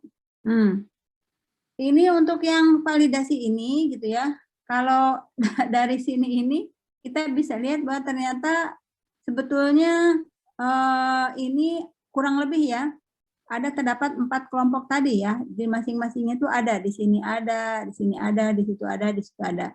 Yang kalau kita lihat ke sini, nah ini seperti ini, gitu ya. Oke, kemudian ini hanya untuk memperkuat saja sih, gitu ya, bagaimana sebetulnya proses yang terjadi. Kemudian ini adalah untuk memperlihatkan cluster plot antara cluster 1, 2, 3, 4 dengan mempertimbangkan hanya menggunakan dimensi 1 dan dimensi 2. Jadi kalau pakai visi, hanya visi 1 dan visi 2 saja. Kurang lebih tumpang tindihnya itu seperti ini, kurang lebih gitu ya. Kemudian untuk ini, method for assessing clustering tendency, di sini kita pakai statistical method, bisa juga menggunakan visualisasi. Nah, untuk yang statistical method ini bisa dilihat di sini nilainya adalah 0,39. Nah, nilai 0,39 ini masih mending kalau dia itu mendekati 0,5 gitu ya, misalnya 0,49 gitu ya, maka nanti tidak terbentuk klasternya itu. Tapi kalau nilainya semakin mendekati 0, bisa 0,2, 0,1, berarti memang terjadi klaster yang sangat signifikan. Ada clustering gitu di sini. Kalau tadi nilainya 0,3 kayak inilah 0,39, 0,3 berapa itu ada klaster, tapi tadi itu agak susah untuk menentukan klaster optimalnya itu berapa gitu. Kadang klaster optimal itu juga ditentukan kalau dia itu adalah data yang memang dari pemerintah gitu. Kalau pemerintah mempunyai dana banyak, maka dibuat klaster lebih banyak lebih baik. Jadi nanti pemerintah akan memberikan dana itu untuk klaster 1 berapa, 2 berapa, 3 berapa, dan seterusnya. Tapi kalau dana pemerintah itu tidak ada, nah mungkin membuat klasternya menjadi lebih sedikit, itu lebih baik. Jadi yang tadinya misalnya klasternya ada 6 gitu ya, atau ada 5 lah. Tapi karena pemerintah nggak punya uang, ya udah dibuat aja klasternya 3 atau 2. Nah itu kan juga akan mengurangi uang yang harus didistribusikan juga. Atau mungkin misalnya bisa bisa menghindari gitu ya uang itu kalau dibuat dalam ke klaster yang lebih banyak. Barangkali namanya juga sifat manusia ya, barangkali misalnya akan lebih banyak potong. Kalau potongan normal itu 10% kan boleh gitu. Kalau 5 klaster dalam tanda kutip misalnya berarti 50% nih yang akan yang akan hilang. Nah, 50% kan tidak 50% dari keseluruhannya, tapi saya hanya hitung persentasenya saja. Tapi kalau misalnya cuma untuk 3 klaster, oh berarti 30, berarti ada uang yang bisa di-save untuk dilakukan kegiatan lain. Begitu.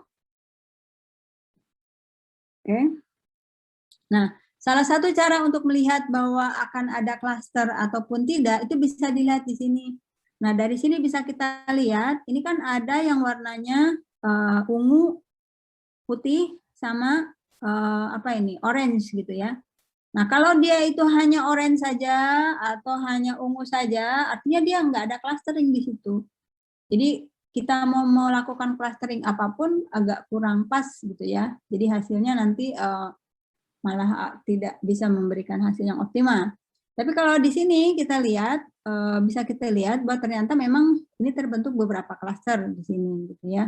Tapi klasternya itu kalau saya mungkin lebih condongnya 2.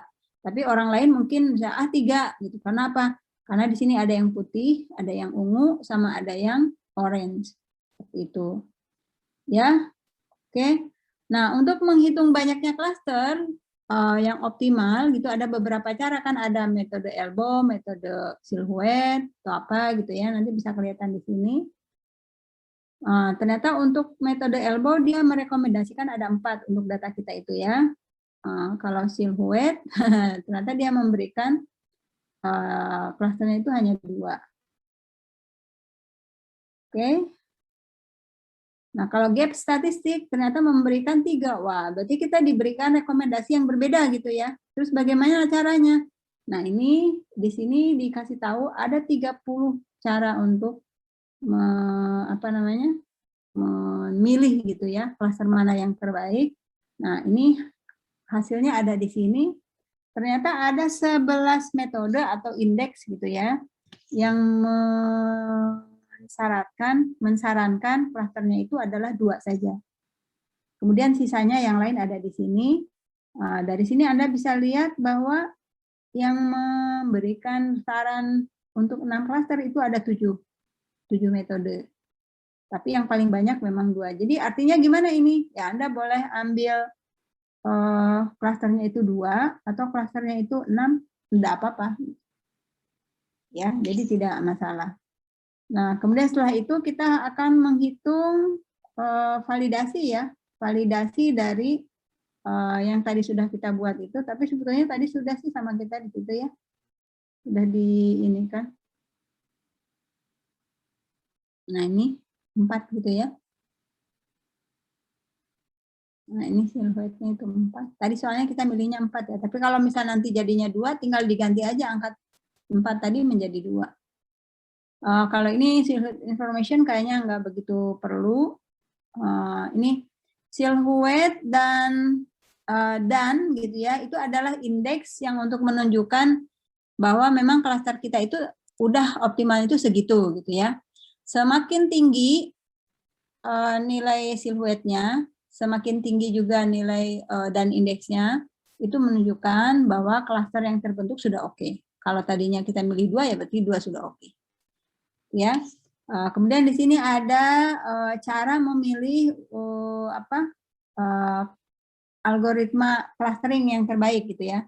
Nah, clustering itu selain K-mean itu kan ada hierarchical gitu ya, ada juga PAM gitu ya. Nah, mana sih yang terbaik? Apakah dengan menggunakan K-means atau pakai PAM atau pakai hierarchical gitu ya? Itu boleh saja kalau Anda, tapi meskipun kita belajar hanya K-means ya, tapi tidak ada salahnya kita belajar sedikit. Itu caranya seperti ini dengan menggunakan si L valid ini ya. Pertama-tama kita harus menginikan dulu, menuliskan algoritma yang mau dipakai itu yang mana saja, atau algoritma itu yang metode ya. Metode yang dipakai dalam clustering itu apa saja. Kemudian setelah itu kita tentukan klasternya itu minimal 2. Kalau cuma 1 berarti tidak ada terbentuk klaster kan. Jadi makanya di sini minimal 2, maksimalnya 6. Coba kita lihat hasilnya bagaimana. Tuh. Nah, ini dia ya. Jadi berdasarkan metode yang kita lihat di sini, ternyata di sini ya metode clustering yang direkomendasikan untuk data kita itu adalah metodenya K-means. Clusternya tapi ada yang 2, ada yang 5. Padahal tadi sebelumnya ada yang merekomendasikan 6 juga ya, gitu. Tapi berdasarkan di sini itu 2, 5. Tapi overall sebetulnya klasternya itu yang diminta itu adalah 2, karena dari yang tadi dengan yang sekarang konsisten, 2 itu yang terbaik gitu. Sementara metode yang lain di sini PAM itu boleh dipakai PAM gitu ya, tapi klasternya di sini harus menjadi 6. Tadi ada di atas sana klasternya itu ada yang merekomendasikan 6 gitu ya. Nah, itu sebetulnya mungkin salah satunya ini, tapi metodenya bukan K-means, metodenya harus PAM. Oke, mungkin sampai sini dulu yang bisa saya berikan. Kalau misalnya ada pertanyaan, monggo silahkan. Kalau saya bisa jawab sekarang, saya jawab sekarang. Kalau tidak bisa, nanti saya titip ke Ibu Kris atau ke panitia, gitu ya. Monggo silahkan. Terima kasih banyak. Terima kasih kepada Ibu Rahmatul Fajriah yang telah menyampaikan materinya. Mungkin sebelum masuk ke sesi tanya jawab, tadi ada yang minta di chat box Bu, katanya apakah bisa diberikan script R-nya untuk berlatih? Nggih, bisa nanti saya kirimkan ke panitia. Nggih. Tadi belum saya rapihkan, jadi nanti saya rapihkan biar bisa lebih ini gitu. Oh iya baik, terima kasih Bu. Ya. Nah selanjutnya kita masuk di sesi tanya jawab. Bagi para peserta yang ingin bertanya, silahkan langsung mengaktifkan audionya atau bisa melalui chat box.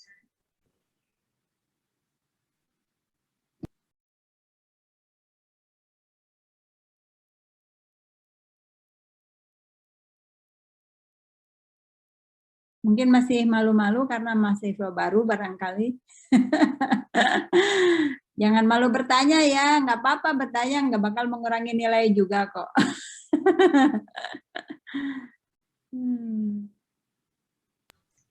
Ayo kakak dan teman-teman. Ya, apa saja nanya boleh, nggak apa-apa. Nggak ada pertanyaan yang bodoh tuh nggak ada. Semua pertanyaan itu bagus dan penting. Terus jangan-jangan pada tidur nih angkatan 2020. Biasanya saya suka minta mahasiswa saya itu coba diliatin kameranya lagi ngapain gitu. Ada yang lama dia buru-buru pakai jilbab kalau yang perempuan gitu kan. Gitu.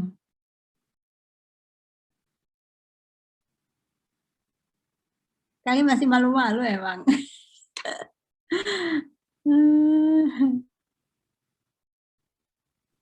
Oh iya Bu, ini ada di chat box yang bertanya, apakah mau langsung dijawab atau ditampung dulu? Oke, saya jawab aja. Apa bedanya clustering dengan classification? Kalau clustering itu masuknya ke supervised learning ya, supervised machine learning. Tapi kalau clustering unsupervised.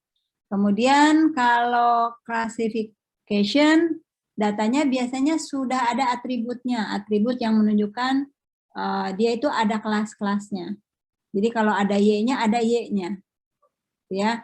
Nah, kalau clustering hanya X saja, nggak ada Y-nya. Kalau yang sudah terbiasa X dan Y ya. Jadi kalau clustering itu tidak ada atributnya, datanya itu hanya data biasa, misalnya data pengguna internet. Nggak ada klasifikasi bahwa dia itu pengguna internet tingkat tinggi, tingkat rendah, gitu, tingkat sedang, nggak ada. Gitu ya. Jadi dia hanya pengguna internet, datanya nama orangnya aja, misalnya si A, si B, si C sampai 100 orang atau 100.000 orang. Nanti ada profilnya dia. Profilnya dia itu kan ada mungkin gender, jenis kelamin, kalau dia sudah bekerja atau tidak. Kemudian yang ketiga itu apa namanya? Misalnya kalau salary itu orang yang nggak bekerja juga, yang mahasiswa gitu kan, ada salarinya dari orang tua dapatnya berapa. Kemudian ada data hobinya apa, misalnya gitu ya. Kemudian kegiatan waktu luangnya dia itu apa. Itu nanti itu profilingnya dia. Asalnya dari mana, misalnya ada yang dari luar Jawa, ada yang dari dalam Jawa, di dalam Jawanya juga di mana, ada yang dari Jakarta, ada yang dari Jogja, Jawa Tengah, Jawa Timur, dan lain sebagainya gitu. Itu adalah profiling kita. Tapi tidak ada pengelompokan, misalnya tidak ada atribut lain, misalnya saya dari Jawa, usianya 50 saya, 50 tahun, gendernya perempuan, gajinya sekian, hobinya apa, terus dan lain sebagainya gitu ya. Tidak ada dikelompokkan bahwa saya pengguna internet tingkat tinggi atau saya pengguna internet tingkat itu nggak ada. Nah, kalau klasifikasi ada kemungkinan pengelompokan. Pengelompokannya apa? Bisa saja pengelompokannya tuh usia. Usia saya tua, muda, atau udah sepuh gitu, udah usia lanjut gitu ya. Kemudian atau anak-anak misalnya, itu pengelompokan, kayak seperti itu pengelompokan. Atau tadi itu bahwa saya sebagai pengguna internet tingkat tinggi, artinya jam penggunaan internet saya itu sangat tinggi. Saya sering banget misalnya online di itu bisa juga seperti itu, ya. Atau misalnya di situ disebutkan juga pengelompokannya, misalnya bukan tentang penggunaan internetnya, tapi bukan tentang usianya juga gitu ya. Tapi mungkin pengelompokannya itu tentang kesehatan. Kesehatan saya itu bagus, tidak bagus, misalnya, atau biasa saja, itu seperti itu. Kenapa saya sampai dikelompokkan? Mungkin akan ada orang yang mau meneliti, misalnya, bahwa kalau orang dengan profiling seperti ini, kita bisa menduga, memprediksi, bahwa dia itu pasti kesehatannya jelek gitu. Kalau profilingnya seperti ini, kesehatannya boleh jadi dia bagus. Seperti apa gunanya seperti itu? Ya gunanya banyak. Kalau orang tahu saya sehat, diprediksi saya sehat dan segala macam gitu ya. Maka nanti mungkin kalau misalnya ada program-program tertentu, sayalah nanti yang akan dikasih program itu, bukan orang lain. Kan sekarang ini kebanyakan program-program atau advertising itu adalah advertising yang tertuju gitu ya. Saya sama-sama pengguna Gmail seperti Anda misalnya ya. Tetapi kadang-kadang saya mendapatkan informasi tentang A, B, C, D. Gitu. Ada 10 informasi datang ke saya. Ya, sementara teman yang lain bisa sampai 20. Itu artinya apa? Berarti saya mungkin tidak termasuk yang dikategorikan mungkin akan membeli produk ini. Sementara yang lain akan dikategorikan produk itu dia, oleh karena itu dia dikasih advertisingnya itu. Gitu. Kalau tidak jelas atau belum jelas silahkan nanya lagi ya. Kemudian ini ada Mbak Mersin. Metode average silhouette yang saya dengar tadi, apa ada pertanyaan tingkat sana untuk dibilang baik. Yang silhouette tadi kalau nggak salah nilainya antara 0 dan 1 Mbak. Kalau tidak salah nih. Jadi kalau nilainya semakin mendekati angka 1, maka dia semakin baik. Gitu. Tapi kalau bukan 0 dan 1 saya agak lupa juga. Berarti nilainya semakin tinggi semakin tidak ada patokannya. Tapi jangan sampai, biasanya tidak sampai tahingga sih kalau misalnya tinggi itu kategorinya, tidak sampai nilainya nanti menjadi tahingga tuh enggak. Seperti itu. Oke ya? Oke. Terima kasih Bu. Mungkin masih ada lagi yang ingin bertanya. Oh, untuk dimensi 1 dan dimensi 2, kenapa jumlahnya tidak 100%? Nah, dimensi 1 dan dimensi 2, kalau datanya itu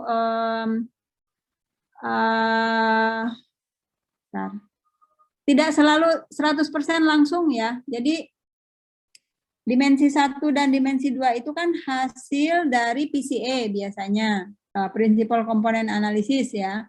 Nah, dalam Principal Component Analysis itu kalau misalnya variabelnya ada 10, maka nanti PCA-nya itu dimensinya ada 10. Nah, baru sampai 10 itulah jumlahnya 100%. Jadi sebelum 10 itu jumlahnya tidak akan 100%. Biasanya kurang dari yang paling baik itu memang dimensi 1 dan dimensi 2-nya itu langsung besar. Misalnya totalnya menjadi berapa? Misalnya 80, minimal 80 ya, 75 boleh deh. 80 gitu ya, 80, 90 dan seterusnya. Tapi biasanya tidak langsung 100%. Kecuali hasil dari PC-nya itu adalah hanya 2. Nah, itu bisa langsung 100%. Begitu ya, Mbak ya? Memang jumlahnya tidak 100%, jadi tergantung kalau variabelnya ada 10, nanti dimensinya ada 10. Nah, jumlahan dari 10 itu nanti baru 100%. Kadang-kadang baru 2 itu sudah 80% atau 90%, berarti dimensi 3 sampai 10, itu sisanya aja, kurang lebih 20%. Bahkan dimensi 10 mungkin nilainya 0,0000 gitu, persen. Ya. Apakah algoritma supervised dan unsupervised dapat digunakan dalam menyelesaikan suatu problem yang sama atau digunakan dalam suatu masalah yang sama, Bu? Beda ya. Jadi algoritma supervised kan tadi metodenya ada sendiri ya. Supervised itu misalnya KNN, SVM, kemudian ada naive Bayes. Nah, itu tidak bisa digunakan untuk pengklasteran. Bisanya hanya untuk pengelompokan.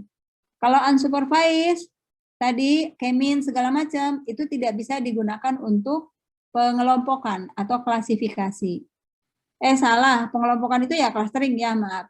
Jadi unsupervised itu, yang tadi Kemin itu tidak bisa digunakan untuk klasifikasi, maksud saya seperti itu.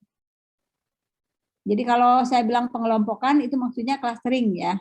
Kalau bukan pengelompokan saya nulisnya klasifikasi supaya lebih ini aja membedakan. Tuh. Kalau misalnya Bu, saya mempunyai data, di situ ada datanya klasifikasi juga, ada atributnya yang tadi pengklasifikasiannya. Kemudian data itu kalau saya mau supervise, misalnya saya gunakan tadi yang atribut klasifikasinya. Kalau tidak saya gunakan atributnya, saya menggunakan unsupervised. Boleh tidak? Boleh saja, nggak apa-apa. Nanti dibandingkan hasil dari yang unsupervised tadi, kan dikelompokkan tuh, kelompokannya mungkin ada 5. Tapi di sini nanti pengelompokannya, klasifikasinya tadi ada berapa. Boleh aja, nggak apa-apa kalau seperti itu, nggak masalah. Tapi algoritma atau metode dari unsupervised belum, sepengetahuan saya ya, belum bisa digunakan untuk di supervise. Begitu juga sebaliknya. Tapi kalau ada data yang cocok untuk cocok untuk supervise, mau dilakukan unsupervised boleh. Tapi kalau datanya adalah cocok unsupervised, mau disupervise biasanya tidak bisa. Kenapa? Karena datanya kan tadi tidak ada ininya, klasifikasinya. Jadi bagaimana mau bagaimana mau disupervise gitu ya. Kecuali misalnya hasil dari pengelompokan tadi, clustering tadi, jadi nanti kan tertulis 1, 2, 3 gitu ya. Nah setelah itu mau disupervise boleh enggak? Ya boleh-boleh aja, enggak apa-apa. Gitu. Begitu Mbak Mulyani, nggih. Tadi Mbak Safira juga. Monggo kalau masih ada yang lain. Bagi para peserta yang masih ingin bertanya, dipersilakan.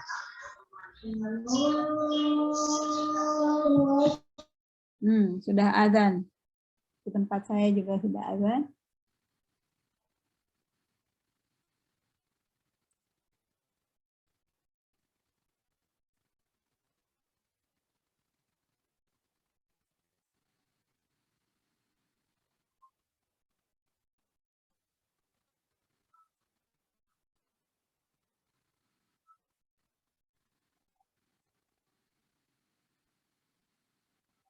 Mungkin nggak ada barang. Oh ini Bu, ada lagi yang bertanya. Berarti untuk dimensi itu batasnya hanya 10K atau bagaimana Bu? Oh iya. Kalau untuk dimensi itu tidak ada batasannya berapa. Jadi tergantung variabel aslinya. Variabel aslinya misalnya ada 20 gitu ya. Oh ya, kenapa di dalam machine learning itu kalau bukan machine learning biasanya dalam clustering itu ada syarat multikolinialitas ya. Jadi harus bebas dari multikolinialitas. Tapi dalam machine learning itu gitu ya, kan variabelnya biasanya sampai ratusan bahkan puluhan ribu kadang-kadang gitu ya. Nah, itu kalau kita mau menghitung-hitung multikolinialitas juga agak susah. Ini menurut pendapat orang ahli ya, bukan menurut pendapat saya, tapi saya pikir masuk akal. Jadi dalam machine learning itu kenapa kita tidak melakukan uji multikolinialitas gitu ya, machine learning clustering, karena tadi datanya itu variabelnya sangat banyak. Tapi kalau variabelnya sangat sedikit, memang bisa diuji dulu multikolinialitas, nggak apa-apa. Sekarang pertanyaan Mbak Safira lagi. Berarti untuk dimensi itu batasnya tersebut tidak. Jadi tergantung berapa banyak variabelnya. Misalnya variabel Anda 20, ya, variabel dalam clusteringnya itu ada 20. Nah, itu kalau pakai PCA, maka Anda akan mendapatkan sebanyak 20 PC, principal komponen kan. Karena PCA itu adalah merupakan kombinasi dari variabel awal, jadi tidak mengurangi variabel awal. Nah, dari situ nanti setiap PC itu ada persentase variabilitasnya, variabel variance-nya itu, total variance explanation itu ya. Itu ada nilai persentasenya. Nah, persentase dari setiap PC itu sama mbaknya dijumlahkan dari mulai PC 1, biasanya PC 1 itu paling besar. PC 2 ya kedua terbesar. PC 1 sampai ke berapa itu dijumlah.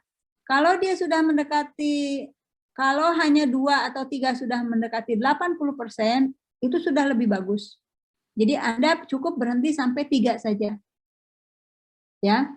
Tapi kalau misalnya untuk mencapai 80 itu harus sampai 5, ya berarti PC Anda itu dipakainya itu harus 5. Terus bagaimana Bu sisanya yang tadi kan 20 variabelnya. Bagaimana sisanya yang 15 lagi, PC yang 15 lagi? Ya sudah tidak digunakan gitu. Bagaimana tidak digunakan? Ya sudah tidak apa-apa. Karena kalau misalnya Anda itu menggunakan semuanya, artinya Anda tidak mereduksi. Padahal Anda itu melakukan PCA itu adalah ingin mereduksi variabelnya kan. Dari yang tadinya 20 mungkin menjadi cuma berapa? Cuma 10 atau cuma 5. Kalau tadi kan sampai 6 ya, 6 seperti itu. Jadi kalau Anda tetap setelah PCA itu Anda menggunakan semuanya gitu ya, ya berarti Anda tidak mereduksi variabelnya gitu. Ya, kalau seperti saya sampaikan tadi, kalau variabelnya hanya 10, PCA itu adalah untuk multikolinialitas gitu kan. Nah itu multikolinialitas tinggal dipilih mana variabelnya. Tapi kalau misalnya yang Anda ini kan tadi variabelnya itu adalah sebanyak 100 gitu ya, PC-nya itu tadi hanya untuk melihat sebetulnya variabelnya mana saja yang mau Anda masukkan ke dalam clustering ini. Jadi variabel dimensi tadi itu tergantung banyak variabel yang ada di dalam datanya, bukan dibatasi jadi 20 tetap 10, 100 tetap 10, enggak juga gitu. Gitu ya. Oke, sami-sami. Monggo kalau ada yang ini lagi, ada yang mau apa tanya. Iya, mumpung masih ada Ibu mungkin. Oh, ini Bu ada lagi Bu. Perbedaan mendasar antara clustering dan asosiasi. Kalau clustering itu kan berarti pengelompokan ya, tanpa melihat kaitannya kan? Ya enggak? Jadi Anda mengelompokkan seorang objek ya. Objek penelitian itu kan bisa manusia, bisa provinsi, bisa kecamatan gitu ya. Atau hewan itu berdasarkan kesamaannya itu. Nah, kalau misalnya asosiasi gitu ya, Anda mencari kesamaan di antara orang-orang itu yang kalau dia begini maka begitu. Kalau yang clustering tadi kan kita tidak mencari asosiasi antar variabel. Kalau yang itu kita mencari kaitannya. Seperti misalnya tadi, orang yang punya anak, laki-laki yang belanja, punya anak gitu ya, anak bayi, kalau dia belanja, kalau dia beli popok, biasanya dia nanti beli bir. Sementara kalau perempuan yang punya anak, kalau dia beli popok, dia nggak beli bir gitu ya. Dia belinya misalnya justru camilan lain gitu, atau malah beli buah misalnya seperti itu. Nah kalau di dalam clustering tadi kan tidak ada kaitannya. Kalau misalnya dia punya anak, nah, terus gimana itu kaitannya dengan misalnya beli bir dan itu nggak ada di situ gitu ya.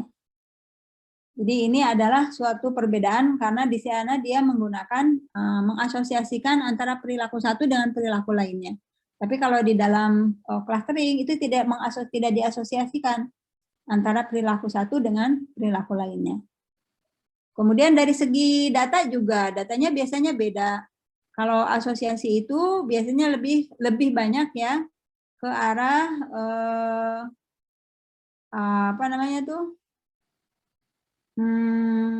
Ntar. Kalau belanja online itu disebutnya apa ya? Soalnya saya suka lupa istilahnya itu.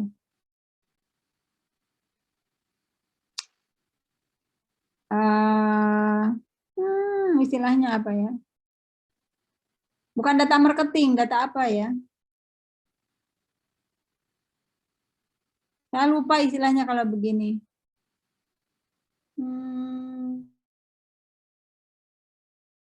Orang yang suka belanja online, apa itu apa istilahnya ya? Saya lupa namanya kalau gini.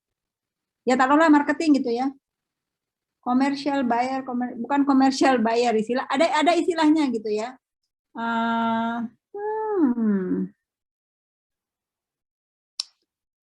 Mbak-mbaknya yang suka belanja di Shopee, ingat nggak itu istilahnya apa ya? Saya lupa istilahnya. Apa ya namanya? Bukan komersial, apa istilahnya itulah. Kalau kayak gini lupa.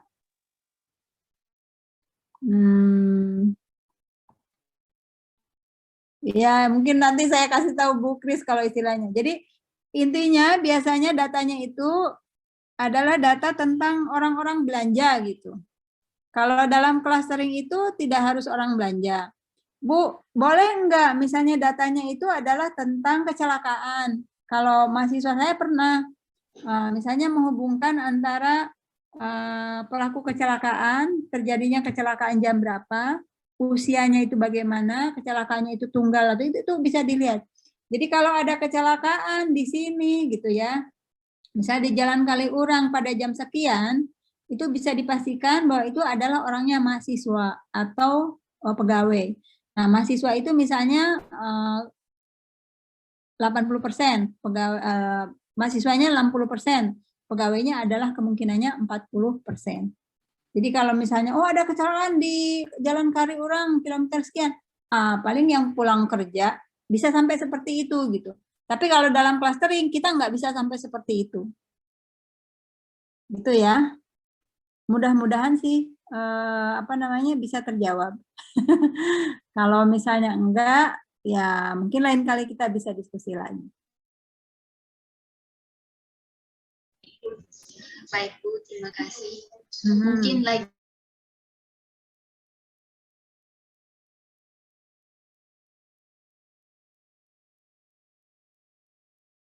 ada yang ingin bertanya, silakan.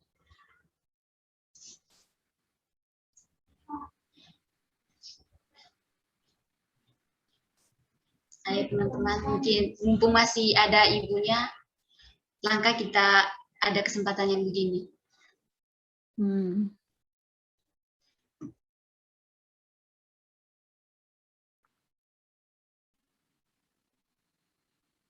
Barangkali mau pada sholat dulu. Ini pada di rumah masing-masing ya, apa namanya, online-nya? Iya Bu, masih online. Di daerah mana aja ini? Ada yang luar Jawa enggak? Banyak Bu, di NTT banyak. Oh, di NTT sekarang udah hampir maghrib berarti ya? 2 jam bedanya apa 1 jam? 1 Bu, 1 jam. Oh, 1 jam. Ya, ada yang di ujung barat, Sumatera? Di Aceh ada? Ada yang dari Papua enggak? Kalimantan, ada yang dari Kalimantan? Mana coba suaranya? Oh, Ada yang dari alhamdulillah, Kalimantan. Bu. Halo, Sulawesi Bu. ada? Sulawesi? Ada, Bu. Oh, alhamdulillah. Ada yang dari itu Maluku? Enggak ada. Ada yang dari Bali enggak? Hadir, Bu. Hadir. Ada yang dari Lombok enggak? Ada. Nah, dari Lombok enggak ada ya. Oke. Ada yang dari Sumatera Utara, Medan? Hadir, Bu. Oh, sampai jauh juga ya Medan itu ke sini. Ada yang dari Riau? Enggak ada. Ada yang dari Madura? Madura? Enggak ada. Ada yang dari Jogja? Jogja banyak enggak ini yang dari Jogja? Wah, berarti kebanyakan dari luar Jawa ini Bu Kris. Ininya Iya, Bu. mahasiswanya. Nih, berarti ini potensinya sangat tinggi untuk advertising keluar Jawa. Gitu. Oke, mudah-mudahan ya. Mudah-mudahan ada manfaatnya. Jangan patah semangat, masih muda kok patah semangat nggak boleh. Ya. Kalau masih muda itu masih banyak yang harus Anda pelajari, masih panjang kehidupan Anda. Jadi kalau sekarang patah semangat karena putus cinta gitu ya. Jangan dipikirin, Anda itu hidupnya masih lama, usianya baru 19 tahun. Rata-rata orang Indonesia itu 65. Sekarang 20 tahun lah, ya. Berarti Anda kalau patah semangat itu, Anda menyia-nyiakan waktu yang kurang lebih 40 tahun mendatang loh. 45 tahun mendatang. Bayangkan coba. Anda bisa jadi apa tuh dalam 45 tahun ya. Jadi jangan karena putus cinta terus Anda jadi nggak mau ngapa-ngapain, jangan. Hidup Anda masih 45 tahun lagi Mas, Mbak ya. Kemudian nggak dibeliin misalnya motor, kemudian patah semangat sama orang tuanya.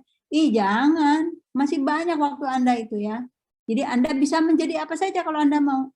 Mau jadi presiden bisa, yang penting dimulai dari sekarang. Kalau mau jadi presiden gimana caranya? Bu, kalau mau punya perusahaan sendiri bisa, ya bisa. Yang penting niat dulu. Gitu. Ibu dulu nggak ada yang ngajarin kayak gitu. Kalau ibu ada yang ngajarin kayak begitu dulu ketika ibu masih kecil ya, ibu pasti bisa pengen apa aja gitu. Kalau sekarang kan ibu udah tua ya, udah 50-an. Ya paling lama juga 20 tahun lagi gitu ya. Nah ibu tinggal apa nih kira-kira 20 tahun tuh saya harus ngapain supaya bermanfaat hidupnya gitu. Tinggal begitu aja. Gitu ya. Kalau kamu masih lama, 45 tahun, jadi jangan sampai patah semangat, nggak boleh. Ya, generasi muda harus tetap semangat, gitu.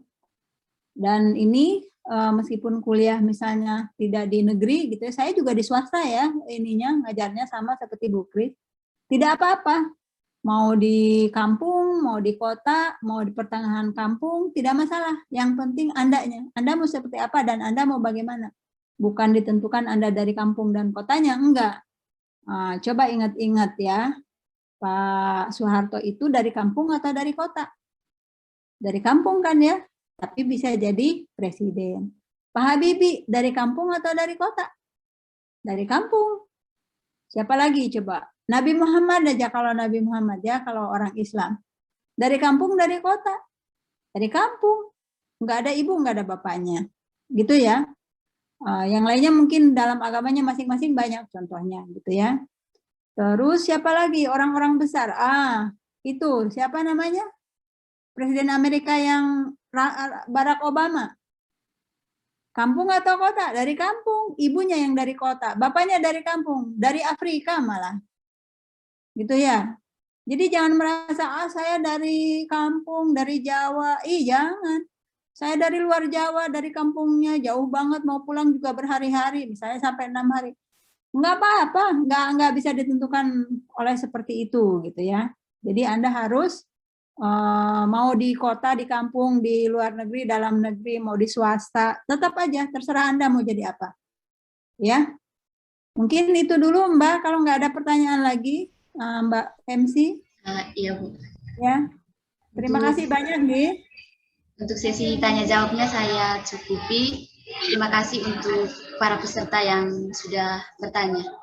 Dari materi yang disampaikan tadi dapat mungkin sedikit saya simpulkan bahwa terkait apa yang sudah Ibu sampaikan, bahwa machine learning merupakan sistem yang mampu belajar sendiri untuk memutuskan sesuatu tanpa harus berulang kali diprogram oleh manusia, sehingga komputer menjadi semakin cerdas belajar dari pengalaman data yang dimiliki.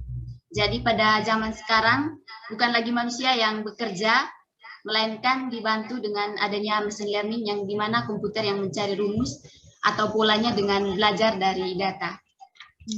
Jadi dengan metode clustering tadi, metode clustering di R dapat mengelompokkan data sehingga selanjutnya dengan tipe algoritma machine learning dalam mengambil kesimpulan dari dataset. Jadi dengan clustering itu sangat membantu kita dalam mengambil sebuah keputusan. Terima kasih kepada Ibu Dr.